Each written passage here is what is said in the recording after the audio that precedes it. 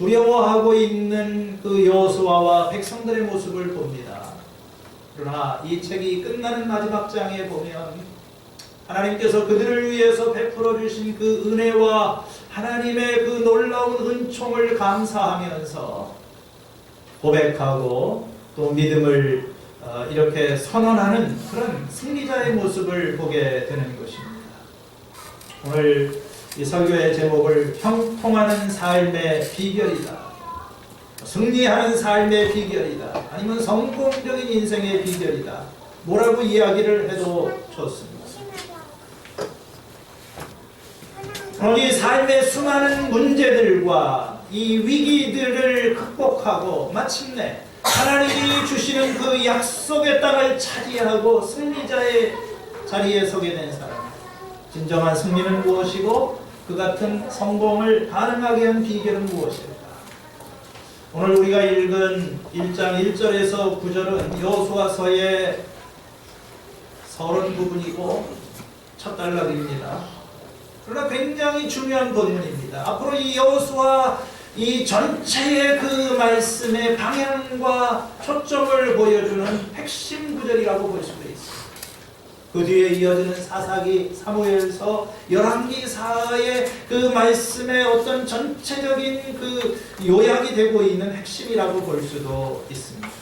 오늘 이 말씀에서 하나님께서는 민족의 지도자로 세움을 받은 이 젊은 여호수아에게 하나님께서 말씀을 하시는 것입니다. 오늘 이 말씀을 이해하기 위해서 우리는 먼저 여호수아와 그 백성들이 처해 있던 상황을 이해할 필요가 있습니다. 오늘 본문은 이런 말로 시작을 합니다.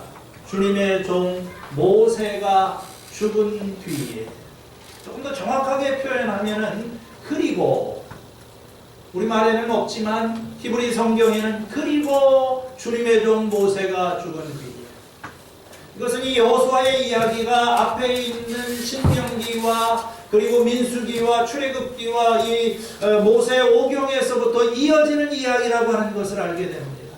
여러분, 이 모세 오경이라고 하는 것의 주인공은 모세라고 하는 그런 인물이었습니다. 그의 탄생과 그를 통해서 이루어진 어떤 출애굽 사건과 수많은 기적들과 그리고 광야를 통과한 일과 그리고 이 신명기의 마지막에 오면은 모세의 죽음에 대해서 이야기를 합니다.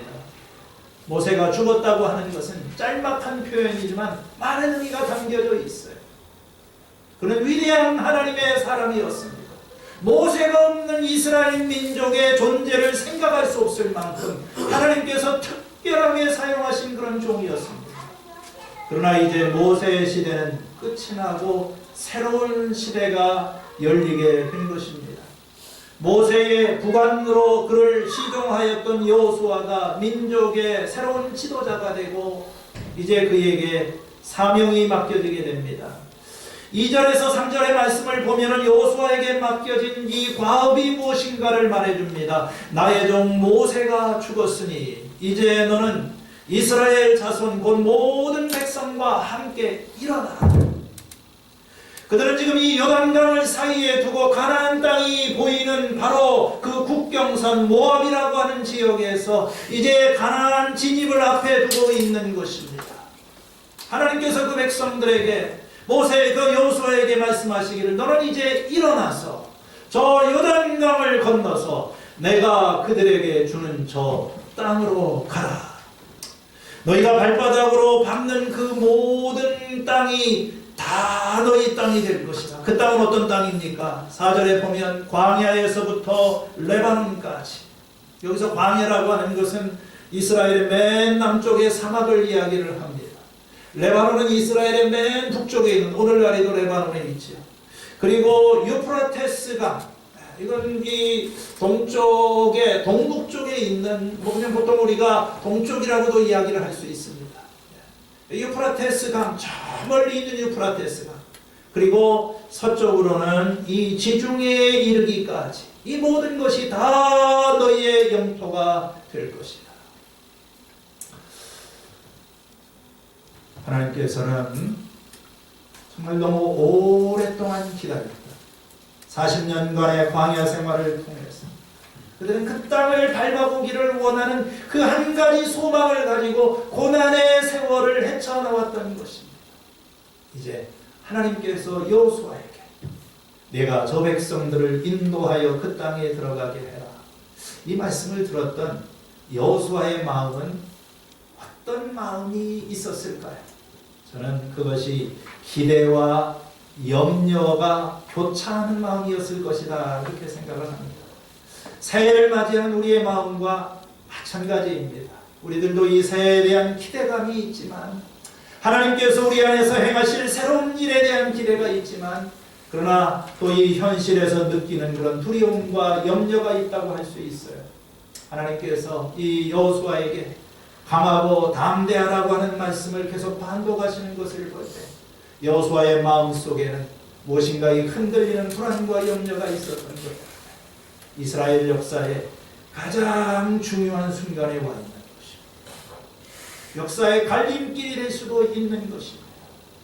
지나간 40년간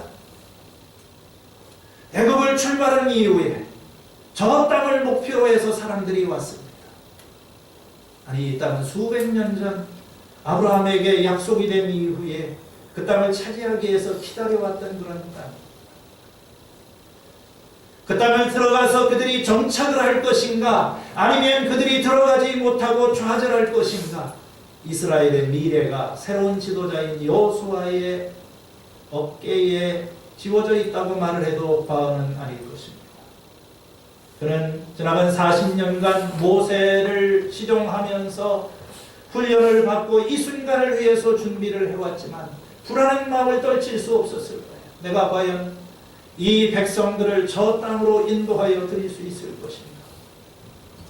200만 명이 좋게 될 만한 이 수많은 사람들을 적지로 인도한다는 것이 얼마나 도전적인 일인가를 알았습니다. 그의 리더십을 따라주어야 될 백성들이 얼마나 반역적이고 불신앙적인 존재인지도 그는 잘 알고 있었습니다. 성벽으로 중무장된 이 견고한 성으로 둘러싸인 거인들과 그리고 무장한 병사들이 있는 저 가나안의 성들, 쉽지 않은 그런 과정입니다. 이러한 그 새로운 출발을 앞에 두고 여호수아의 마음속에는 이 책임에서부터 오는 그런 중압감, 두려움, 염려가 있었으리라고 생각을 합니다.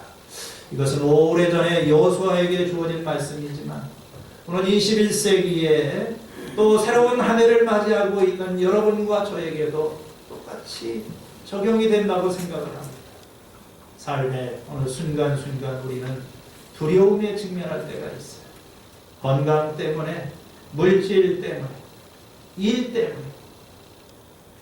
하나님께서 우리에게 한 번 더 살아보지 않은 새로운 날을 주셨죠. 그래서 희망을 품고 시작했는데 어느 한순간 불현듯 두려움이 찾아오는 것입니다. 내가 과연 이 한 해를 성공적으로 살아갈 수 있을까? 나에게 주어진 이 사명과 역할을 내가 제대로 감당할 수 있을까? 새해에 대한 기대감과 함께 두려움이 찾아옵니다.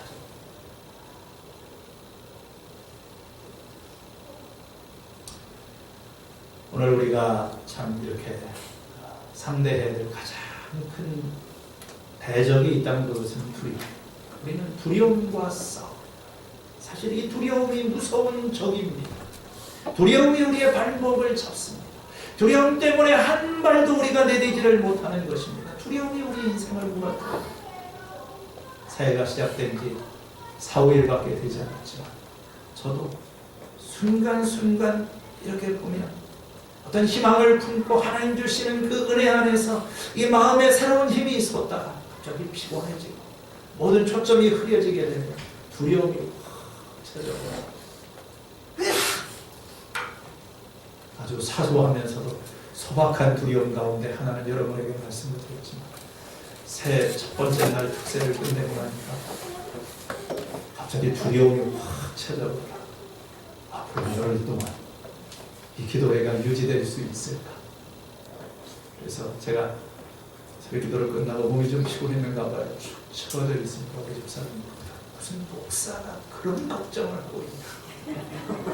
아니 하고 안 하고는 하나님이 하시는 일이고, 무슨 뭐 가보지도 않은 결과가 뭐 잘 될 거다 안 될 거다 소설을 쓰면서 제가 회개했습니다. 하나님께서 우리에게 주신 것은 두려워하는 마음이 아니라 능력과 사랑과 강건한 마음이다. 여러분과 제가 직면한 이 두려움이 무엇이든 간에 오늘 하나님께서 주시는 이 용기와 지혜를 가지고 이 두려움에 맞서서 싸워 이기는 우리 모든 겨자씨 성도들이 될 수 있기를 바랍니다. 하나님께서는 이와 같이 만만치 않은 상황 속에서 두려워하고 염려하는 여호수아를 찾아와서 그를 격려해 주시고 그에게 용기를 주시는 것입니다. 여러분, 오늘 우리에게 필요한 것은 용기, 두려움 없이 차분한 견고한 마음으로 문제를 직면하고 또 마주하고 나아갈 수 있는 그런 용기.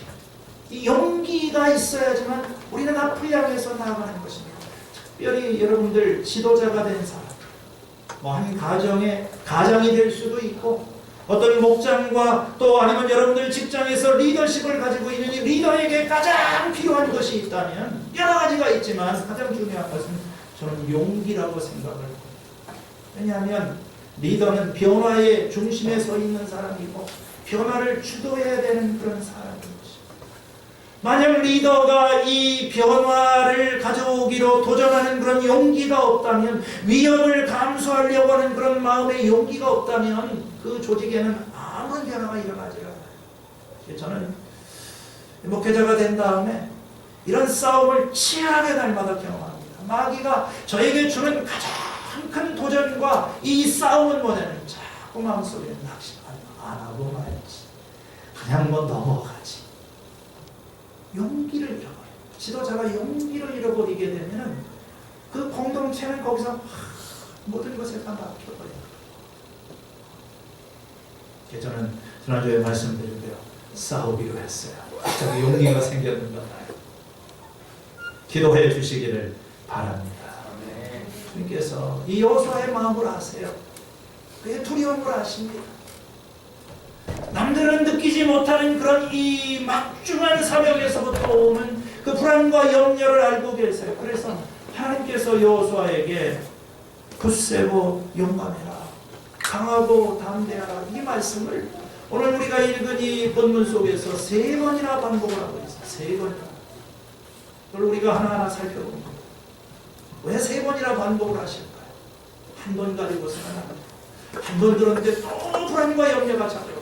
굳세고 용감해라, 용감해라.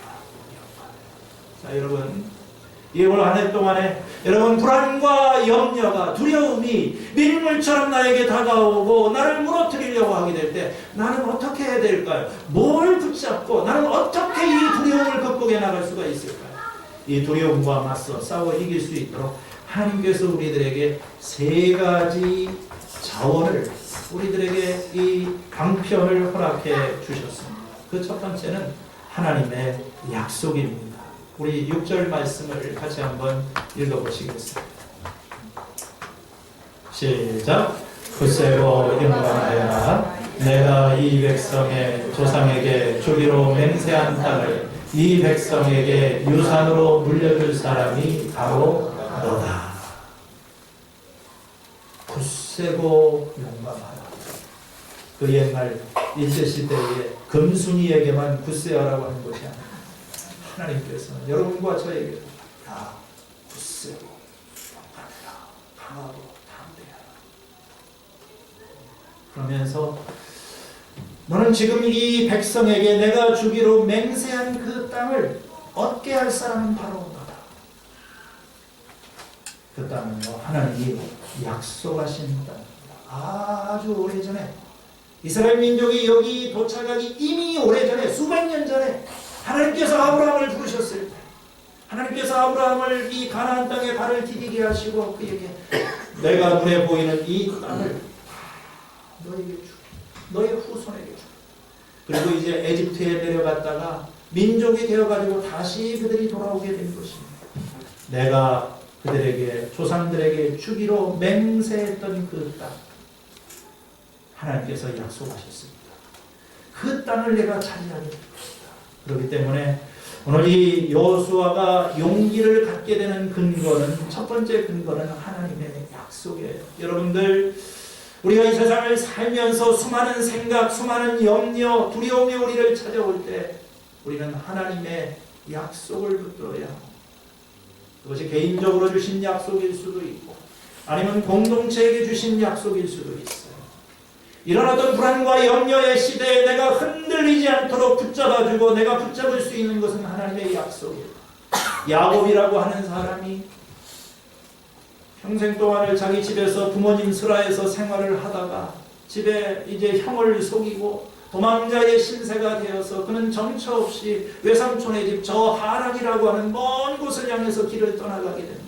베델이라고 하는 곳에 도착했을 때 밤은 이제 깊어가고 또 그는 잠을 잘 수가 없어서 맨 땅에다가 돌베개를 대고 잠을 자는 가운데 갑자기 하늘이 열리면서 이 하늘나라가, 하나님의 나라가 펼쳐지면서 사다리가 있고 그 사다리로 천사가 오르락내리락 하는 것을 보았습니다. 그리고 하나님의 음성이 들려옵니다. 이런 말씀이었어요. 나는 주 너의 할아버지 아브라함을 보살펴준 하나님이고 너의 아버지 이삭을 보살펴준 하나님이다. 내가 지금 누워있는 이 땅, 아직은 가나안 땅입니다. 내가 누워있는 이 땅을 내가 너와 너의 자손에게 주겠다. 너의 자손이 땅에 티끌처럼 많아질 것이고 동서남북으로 퍼지게 될 것이다. 지금은요, 이 야곱에게는요, 땅 한 평이 없습니다. 그는 이 땅을 지금 떠나서 도망치고 있습니다. 그는 아직 자식 하나도 없는 사람입니다. 그러나 하나님께서 이 땅을 내가 너와 자손에게 주겠다. 땅에 있는 모든 자손이 너의 자손 때문에 복을 받게 될 것이다. 내가 너와 함께 있어서 내가 어디로 가든지 너를 지키며 내가 너를 이 땅에 다시 돌아오게 하겠다. 야곱이 이제 그로부터 20년 동안 외국에서 자기 고향 땅을 밟지 못하고 고난의 세월을 보내게 될 때 그는 이 하나님의 약속을 기억했을 것입니다. 맞아. 하나님께서 이 땅을 다시 돌아오게 하실 것이라고 말씀하셨고 이 땅을 주신다고 하셨지. 여러분들도 여러분 이 세상을 살아가면서 참 우리가 힘들고 흔들릴 때마다 하나님이 주신 이 약속을 붙잡고 나아가는 주님의 사람들이 될 수 있기를 바랍니다. 두 번째, 우리가 두려움 가운데 붙들어야 될 것은 이 하나님의, 기억해야 될 것은 하나님의 임재입니다. 하나님이 함께 계신다는 약속인 거예요. 자, 우리 5절 말씀도 한번 읽어보겠습니다. 시작. 내가 사는 날 동안 아무도 너의 앞길을 가로막지 못할 것이라. 내가 모세와 함께 했던 것 같이 너와 함께하며 너를 떠나지 아니하며 버리지 아니하겠다. 하나님께서 이 여호수아에게 내가 너와 함께한다 그런 말씀을 하시죠. 9절에도 같은 말씀이 나옵니다. 다 같이 한번 읽어보시겠습니다. 시작. 내가 너에게 굳세고 용감하라고 명하지 않았다. 너는 두려워하거나 낙담하지 말라. 내가 어디로 가든지 너의 주 하나님이 함께 있겠다. 하나님께서 여호수아에게 너 스스로 용기를 내라. 이를 악물고 견뎌라. 이렇게 얘기하지 않습니다. 너 굳세고 용감해라. 왜? 너 낙담하지 말라. 어디를 가든지 나는 너와 함께한다. 특별히 5절에 보면 모세와 함께 하였던 것 같이 내가 너와 함께한다. 난 너를 떠나지 않는다. 나를 버리지 않는다. 대단한 말씀입니다. 여호수아는 보았습니다. 하나님께서 모세와 어떻게 함께 하시는지를 보았습니다. 하나님께서 이 나이 많은 그 노인이었던 모세와 함께 하시게 됩니다. 바로도 그의 앞길을 막지를 못했습니다. 홍해의 바다도 그의 앞길을 막지를 못했습니다. 광야의 수많은 문제들과 여러 가지 그를 반대하는 사람들도 그의 앞길을 막지를 못했습니다. 모세와 함께 있던 것 같이 내가 너와 함께 할 것이다. 여러분, 복음이 무엇입니까? 하나님이 우리에게 주신 기쁜 소식. 그것은 임마누엘입니다. 내가 너와 함께한다. 아들을 낳으리니 그 이름을 예수라 하라. 이는 하나님이 우리와 함께 계십니다.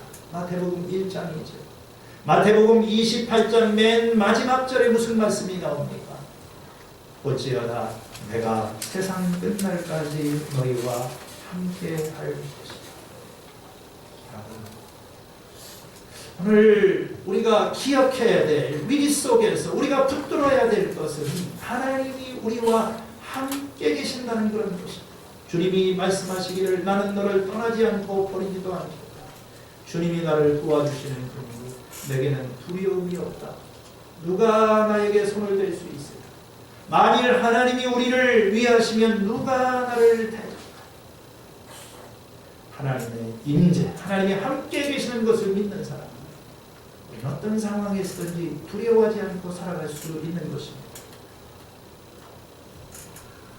아멘? 네. 이게 실감이 잘 안 나는 거예요.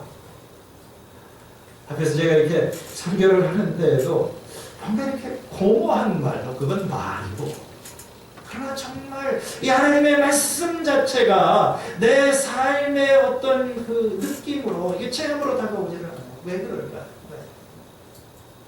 교회를 그렇게 오래 다니는데도 이 하나님의 말씀의 능력이 느껴지지가 않습니다. 말씀이 없기 때문에 그렇습니다. 아니, 말씀이 제대로 뿌리를 내리지 못했기 때문에 그런 거예요. 하나님을 제대로 모르기 때문에 그런 것입니다. 여러분들, 어린아이들은요, 부모가 눈에 안 보이면 당황합니다. 그렇죠? 부모가 없으면 막 울어요. 그리고 눈앞에 있으면 안심을 합니다. 우리도 마찬가지입니다. 하나님이 보이지 않지 않습니까? 그러니까 상황이 좀 좋으면 하나님이 계신 것 같고, 상황이 나쁘면 하나님이 안 계신 것 같고, 일이 잘 되면 아, 하나님 정말 살아계시는구나. 그러다가 또 일이 안 되면 막 하나님을 향해서 뭐 사대를 하고. 왜 그럴까요? 이건 어린아이들은 눈에 보이는 것이 전부입니다. 보이지 않으면 미래도 없고 용기도 없고 희망도 없는 거예요. 그렇지만 성숙한 사람은 뭡니까? 지금 당장 눈에 보이지는 않지만 보이지 않는 것을 보는 것처럼 믿고 나아가는 사람이에요. 이와 같이 이 보이지 않는 하나님을 보는 것처럼 믿고 살아갈 수 있는 이 믿음이 있고 그런 체험이 있고 그게 있는 사람들은 어떤 상황에서든 지금 당장 상황이 어렵고 힘들어 그렇게 걱정하는 게 아니야. 여러분들 목원들 가운데 교회를 그렇게 오래 다녔으면서 뭐 새로운 일을 시작하다가 내가 뭐 망하는 거 아니야. 두려워하는 사람들 있잖아요. 믿음이 약해서 그런 거예요. 하나님을 몰라서 그런 것입니다. 올 한 해 동안에 우리와 함께 계시는 이 하나님을 좀 체험하고 확신하고 두려움 없이 나아가는 우리 겨자식의 성도들 될 수 있기를 바랍니다. 네. 마지막으로 우리가 이 두려움과 싸워서 이길 수 있으려면 하나님의 말씀을 붙잡아야 됩니다. 이 5절과 6절에 두려워 말라고 하셨죠. 9절에도 보면은 두려워하지 말라고 하셨죠. 그리고 이제 이 7절과 8절 그 사이에 하나님께서 그 약속을 이루시기 위한 조건을 말씀하십니다. 우리 7절 한번 같이 읽어보시겠어요? 시작. 오직 너는 크게 용기를 내어 나의 종 모세가 너에게 지시한 모든 율법을 다 지키고 오른쪽으로나 왼쪽으로나 치우치지 않도록 하여라. 그러면 내가 어디로 가든지 성공할 것이다. 같이 한번 읽어보세요. 첫 번째 뭐라고 하십니까? 성공의 어떤 비결, 형통하는 사, 내가 형통할 것이다 그런 말이죠. 내가 어디로 가든지 성공할 것이다. 그러면 어떻게 해야 됩니까? 용기를 해야 돼요. 용기를 해야 됩니다. 담대하셔야 돼요. 근데 여기서 담대하다는 말이 지금 세 번째 나오는데, 여기서 담대함이라고 하는 것은 무슨 전쟁터에 나가기 위해서 그런 어떤 담대함을 얘기를 하는 것이 아니에요. 여기서 용기를 내라고 하는 것은 하나님의 율법을 지키는 데 있어서 담대하라. 하나님 말씀대로 살고 하나님 말씀을 지키는 건 대단한 용기가 필요합니다. 용기 없는 사람은 하나님 말씀대로 아예 살 생각 자체를 안 해요. 왜 그렇습니까? 그렇게 살다가 망할 텐데. 담대해야 돼요. 그래서 우리는 담대하게 이 하나님의 율법을 지키겠다 하는 그런 확고한 의지를 가져라, 그런 말씀입니다. 그리고 너는 내가 너에게 지시한 모든 율법을 다 지켜. 취사선택하지 말고 성경 읽어나가면서 내가 지키고 싶은 것은 지키고 지키고 싶지 않은 것은 무시하고 그렇게 할 수 있는 것이 아닙니다. 하나님께서 말씀하십니다. 무엇을 말씀하시는지 내가 순종하겠습니다. 담대하게 그렇게 나가는 거예요. 그리고 이 율법의 기준에서 벗어나지 말라는 것입니다. 왼쪽으로나 오른쪽으로나 치우치지 말라. 이건 어디에서 나온 말이냐면요, 목동들이 이 양떼를 몰고 가게 될 때, 양이라고 하는 짐승은 시력이 약합니다. 고도의 근시예요. 그래서 멀리 보지를 못합니다. 목자의 인도를 따라서 잘 가지 않게 되면 치우치기가 쉬워. 이렇게 간다고 하는 것이 나도 모르는 사이에 이쪽으로 치우쳐, 나도 모르는 사이에 이쪽으로 치우치면 죽는 거예요. 좌로나 우로나 치우치지 마라. 그럼 어떻게 우리가 치우치지 않을 수 있느냐? 그 구체적인 방법을 8절에서 이야기를 합니다. 이건 여러분과 제가 잘 알고 있는 굉장히 유명한 말씀이죠. 다 한번 읽겠습니다. 시작. 이 율법책의 말씀을 늘 읽고 밤낮으로 그것을 공부하여 이 율법책에 쓰여진 대로 모든 것을 성심껏 실천하여라. 그리하면 내가 가는 길이 순조로울 것이며 내가 성공할 것이다. 성공하는 삶. 우리가 이 인생에 불안하고 불투명한 세상 가운데 하나님이 주시는 이 형통을 경험할 수 있는 것이 뭘까? 여기 세 가지를 얘기하죠. 율법, 하나님 말씀을 붙들어야 되는데, 첫 번째는 이 말씀을 가까이 해라. 이 율법책의 말씀을 늘 읽어라. 이건 좀 옛날 성경이 더 번역이 잘 되어 있는 것 같아요. 그것을 내 입에서 떠나지 말게 하라. 그런 말. 이 율법책을 내 입에서 떠나게 하지 마라. 말을 할 때나 행동을 할 때나 하나님의 말씀을 늘 가까이 해라. 여러분들 신앙생활하면서 우리가 가장 소홀히 할 수 있는 것 중에 하나가 성경을 읽는 것입니다. 많은 사람들이 성경에서 멀어져 있어요. 이 말씀이 내 입에서 내 생각 가운데 너의 어떤 삶 가운데 이 말씀이 멀어지지 않도록 해요.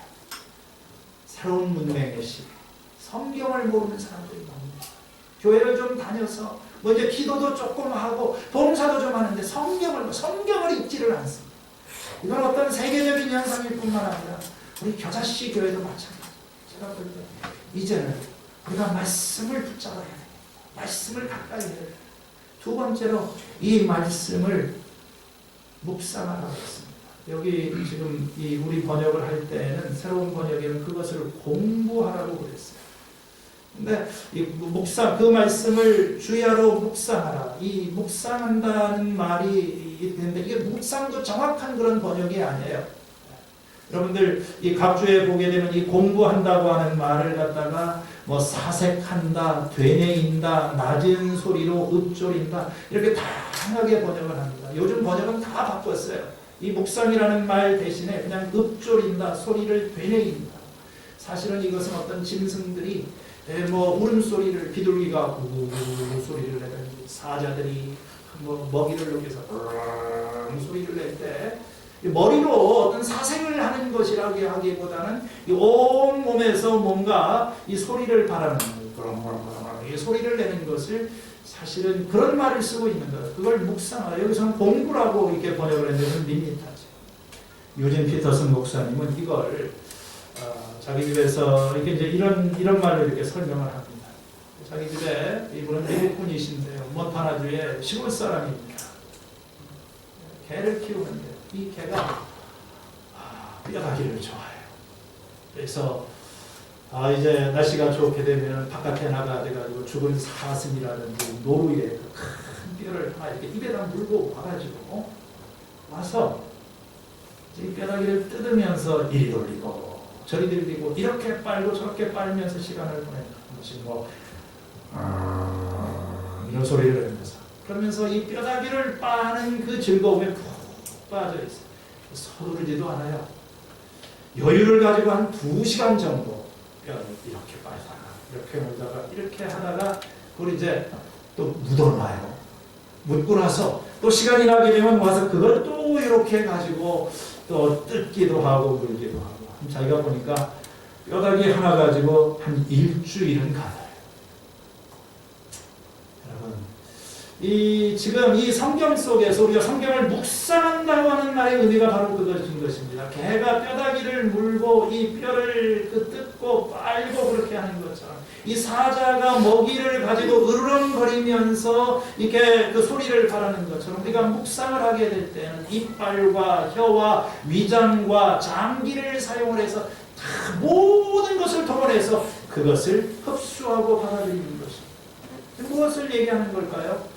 우리가 성경을 읽어나가게 될 때는 이와 같은 독서의 방법이 필요하다는 것입니다. 그것을 맛보, 음미하고, 달콤하고 향긋하고 입에 침이 이렇게 고이게 하고 우리 영혼에 활기를 불어넣어주는 그런 하나님의 말씀. 그러니까 이 말씀이 떠나가지 않게 주야로 그것을 묵상을 하면서 나의 생각과 나의 마음이 하나님의 말씀으로 채워져서 이렇게 살아가라. 여러분들이 오늘 이렇게 설교를 듣게 되면 이제 끝나고 나가는 그런 동시에 우리는 보통 다 하나님의 말씀을 잊어버립니다. 그렇지가 않아. 이 말씀이 나의 삶의 뿌리를 내오고 이 삶이 내 속에서 이제 그것을 실천하라. 세 번째 보면은 거기에 쓰여져 있는 것을 행하라. 우리가 묵상하는 그런 목적은 순종을 하기 위해서. 하나님 어떤 성경을 읽었으면 설교를 들었으면 하나님께서 이것을 통해서 지금 나에게 무엇을 말씀하시는가, 내가 순종해야 될 그것이 무엇인가, 하나님께서 어떤 내가 실천해야 될 그런 것이 무엇인가, 이 과정을 밟아 나가야 된다는 거예요. 여러분들 52주 동안 무슨 말씀을 듣더라도 이 설교가 끝난 다음에 하나님께서 내 인생에 지금 나에게 주시는 그 말씀을 놓치지 말고 그것을 먹는 것입니다. 우리는 성경을 먹는 거예요. 이 음식이 들어와서 나의 영양분이 되고 피가 되고 이 혈관을 통해서 사랑의 모든 것에 퍼지고 영향을 주는 거죠. 우리가 이 하나님의 말씀이 나의 어떤 존재 깊숙한 곳에 나의 어떤 생각을 지배하고 나의 가슴에 들어오고 나의 삶 속에 이렇게 뿌리를 내릴 수 있도록 하는 그런 것. 이것이 바로 여기에서 그 말씀을 율법책을 떠나지 말게 하고 그리고 그것을 묵상하고 실천하는 그런 말의 의미인 것입니다. 이것이 바로 성공의 비결이다. 이렇게 하면 형통한 것이다. 좀 이상하지 않습니까? 좀 너무 비현실적이지 않아요? 지금 전쟁을 앞에 두고 있는 죽느냐 사느냐 하는 국가의 명운이 걸려있는 전쟁. 하나님께서 전쟁하려면 군비도 필요하고 훈련도 필요하고 작전도 필요하고 전쟁 계획을 세워야 되는데 하나님께서는 그런 건 일체 얘기를 하고 다른 명령은 아무것도 없어요. 하나님의 율법책에 있는 것을 묵상하고 그것을 지켜 굉장히 비현실적인 그런 말인 것 같습니다. 비현실적. 그래서 우리가 하나님 말씀에 순종하는 게 쉽지가 않은 것입니다. 상식적으로 보면 우리는 지금 부지런히 움직이고 우리가 이 일을, 이 프로젝트를 성사하고 이 일이 잘 되기 위해서는 사람들을 찾아다니고 재정 후원자를 만나야 되고 또 대학에 들어가서 열심히 공부를 해야 되고 또 누구의 조언도 얻어야 되고 이런 여러 가지 전략전을 짜야 된다고 우리는 그런 것들에 분주한 것입니다. 지금 이런 상황에서 하나님의 말씀을 묵상하고 지켜야 되는 이게 무슨 의미가 있는 것입니까? 근데 이게 여호수아의 핵심 주제인 거예요. 오늘 성경이 하나님께서 여호수아를 통해서 주시는 말씀은 여호수아가 얼마나 하나님의 말씀을 붙들고 묵상하느냐에 따라서 전쟁의 성패가 달라진다. 전쟁의 승패는 군사력이나 훌륭한 전술에 달려있는 것이 아니라 하나님 말씀에 얼마나 순종하에 달려있는가. 이게 여호수아의 핵심입니다. 지금부터 여호수아를 여러분들이 읽어나가는 모든 이야기와 뒤이어지는 것은 다 이걸 보여주려고 하는 거예요. 말씀을 따르면 성공하고 말씀을 안 따르면 실패한다는 원리를 보여주는 것입니다. 왜 우리가 실패했는가? 왜 아이성 싸움에서 실패했는가? 그걸 생각하게 만드는 거예요. 우리가 이걸 알게 되면 여호수아는 이미 다 읽은 것입니다. 다시 한번 묻습니다. 여러분, 율법을 우리가 묵상하고 실천하고 하나님 말씀대로 사는 것이 형통하는 삶과 무슨 관계가 있어요? 직접적으로. 그게 무슨 도움이 됩니까?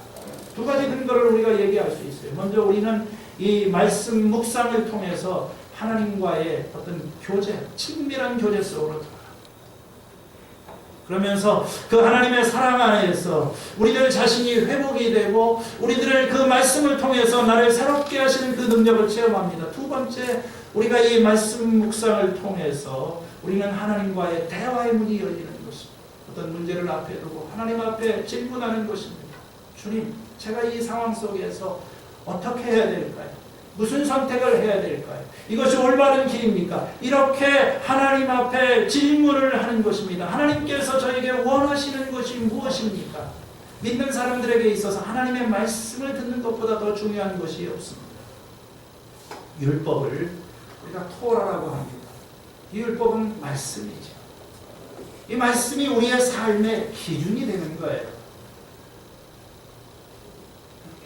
우리 인생에 가장 힘든 것은 기준이 없는 겁니다.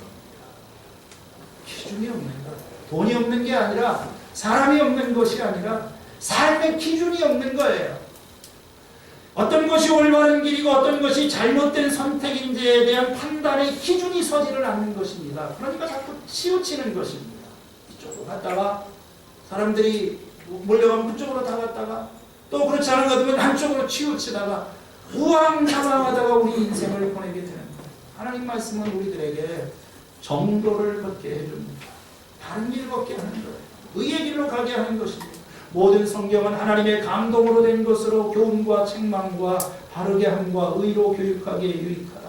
우리가 길을 가다가 왼쪽으로나 오른쪽으로 치우치게 되면은 너희의 등 뒤에서 이런 소리가 들려옵니다. 이것이 바른 길이니 너는 이 길로 걸어가라. 그게 말씀 묵상하는 사람에게 주어진 축복입니다. 여러분, 여호수아서는 전쟁 이야기이고 우리가 이 이야기를 읽어보면 흥미진진한 정복 그 스토리들이 굉장히 많이 있어요. 그러나 여호수아가 정복자가 될 수 있었던 것은 하나님의 말씀을 붙들고 이 하나님의 말씀에서부터 모든 것을 시작했다는 것입니다. 어떻게 보면 이런 관점에서 여호수아에 있어서 가장 중요한 싸움, 가장 큰 싸움은 하나님 말씀대로 살려고 하는 싸움. 하나님 이 말씀을, 하나님의 뜻을 제대로 알고 있는가, 그 말씀에 순종할 준비가 되어 있는가.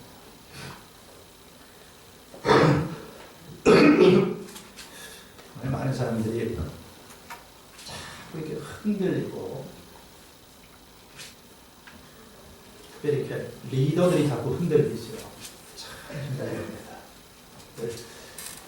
왔다 갔다 하는 사람이 여러분의 지도자가 되면 참 인생 고달파져요.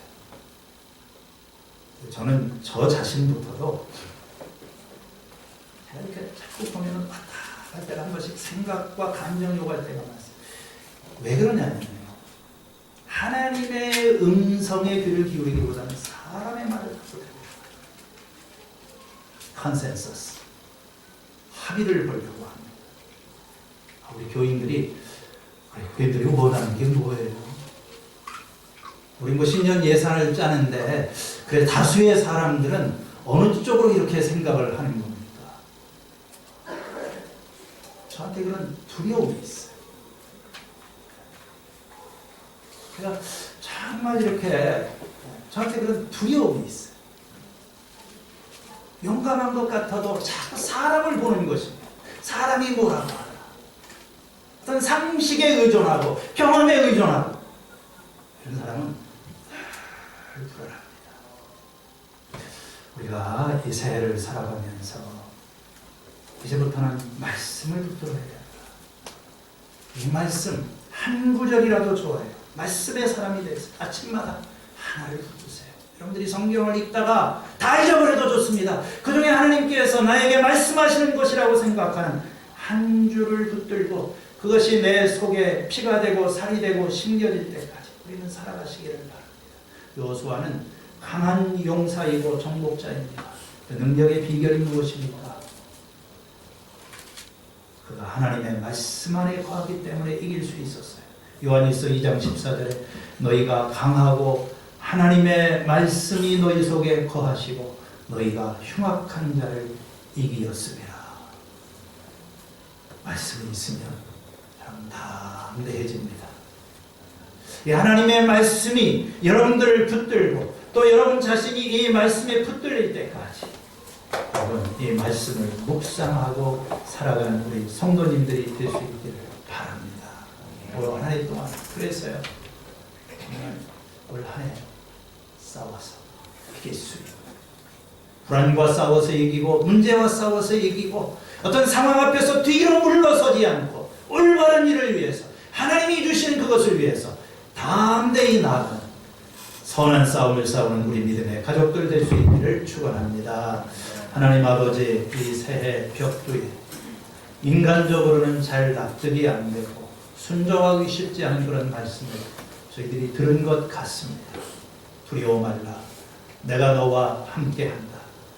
하나님께서 우리들에게 주신 약속을 기억하게 도와주시옵시고 이 하나님의 말씀이 내 속에 심겨져서 이제 우리가 진리의 무기로 무장하고 영적인 싸움을 담대히 나아가는 하나님의 종들 되게 하여 주시옵소서. 예수님의 이름으로 기도하였습니다. 아멘.